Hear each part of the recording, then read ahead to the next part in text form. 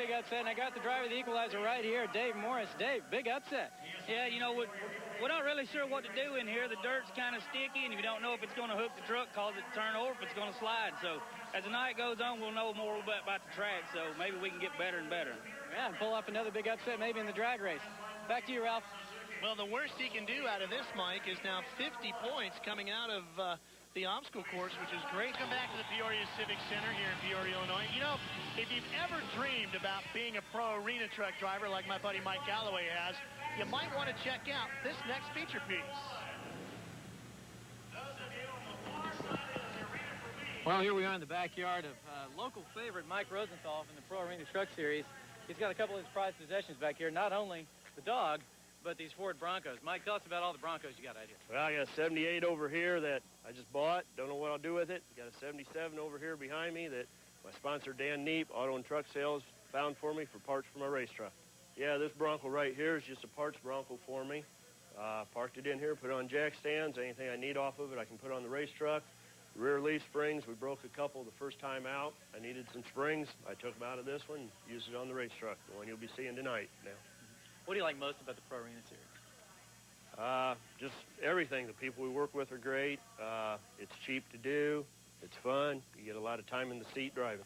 Pro Arena trucks, you can start out inexpensive, have a good time, be competitive. You can spend some money. You can be competitive cheap, and you can be more competitive if you spend a little more money, a little more time on them. Now that's a shock.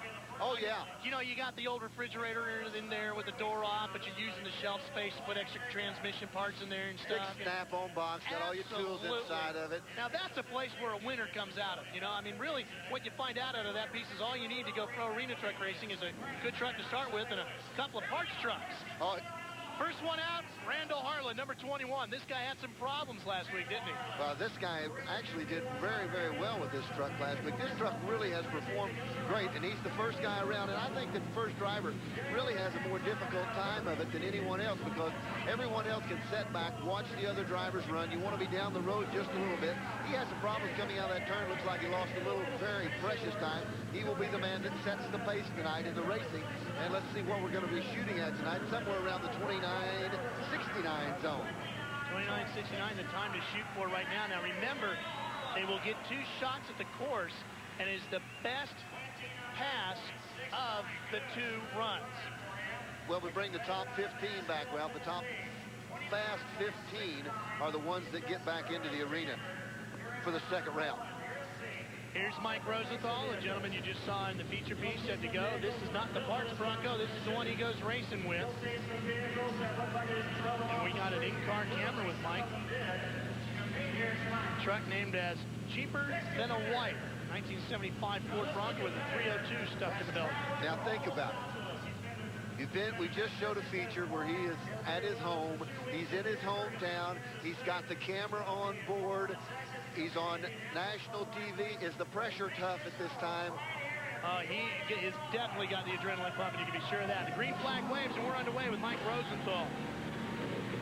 Swings a little bit wide. There's a good shot from inside the camera. Drives by the Virginia Giant. Lines it up for this first jump. Let's see how that works for him. And everything's going good. Now he's going to have to set up for this little short jump that he's got. Makes that in great style. Now the second jump. Over the big one. Now he's got to land it back on course. Now you got to get ready to swing hard. Real tight turn so you can make that straightaway. Big long jump coming up for the finish line. And he doesn't break the 29-second barrier. And that is not going to hurt Mike.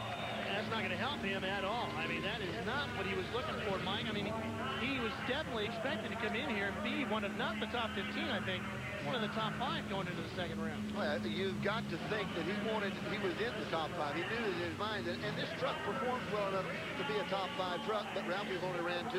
It may be a top 5 truck before the night's over with. I wonder if he came out here a little too excited and maybe made a couple of errors he didn't expect to make. Here comes the next truck. This is Rick Armbrust, number 29.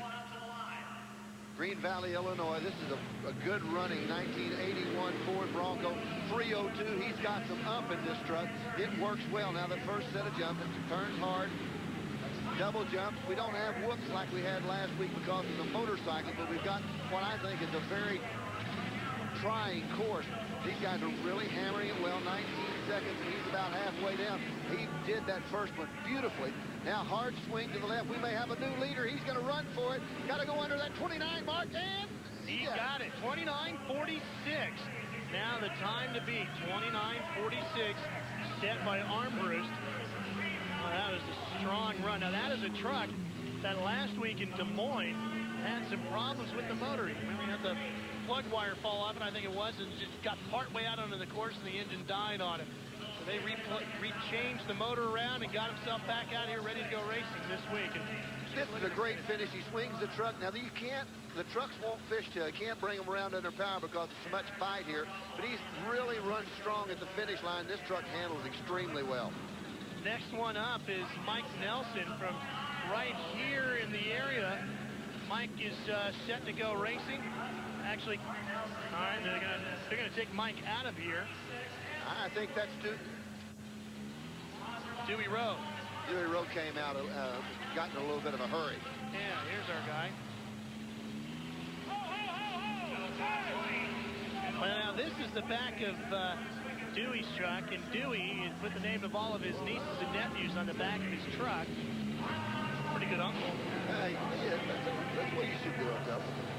I like this truck. Fuel injected. This truck, it is brand new this year. He has had problems with it, trying to, as any new racetrack, work out some of the minor bugs in it. It's a fuel injected. It's got a 9-inch Ford rear end. It's got a Ranger front end. It's got the beautiful sheet metal off of the new Blazer.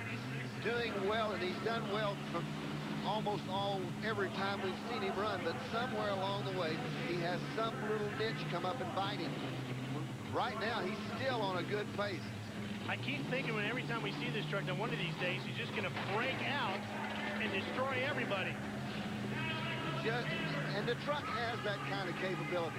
It's got the power. It's got everything it's going to need. He just needs to find the one little niche that'll put him in the winner's circle. It's an exciting truck to watch because he always gets it flying or does something wild with it, but just not right there yet. Boy, keeps the truck immaculate, too. Still think, though, once he gets it straightened out, look out. That number 14 of Mike Nelson is going to be a winner. Now we can get to it. Right. Now we can try truck number 34. Dewey Rowe set to go, and truck number 14. Now, his girlfriend couldn't be here with him tonight. She had to go to California, so what he did was he painted her name on the roof. Well, that ought to make her happy. Should. You got to know she's watching in California. 144 or 109. Oh, don't hit the Virginia Giant. Oops. Didn't turn quite as sharp as he thought it would. No, it sure didn't. Oh, and that's the first part of the course. This and he went over a cone there, too. That's going to cost him another 5 seconds. 5 seconds more. And it died on him. His girlfriend, Carrie, who's got her name on the roof, is probably telling all of her friends sitting there watching with her in California, hey, my boyfriend. Oh, my name's Carrie, not that Carrie. Not that Carrie. Exactly right. Well, and he could put all those names on it because it's sponsored by United Signs out of East Peoria, Illinois. Poor Dewey Rowe. He was really looking forward to going out and having a good time, so he just bought this truck off of a friend of his, an old 1976 Ford Courier. And a little Courier struggling here tonight. And the Virginia Giant's going to move.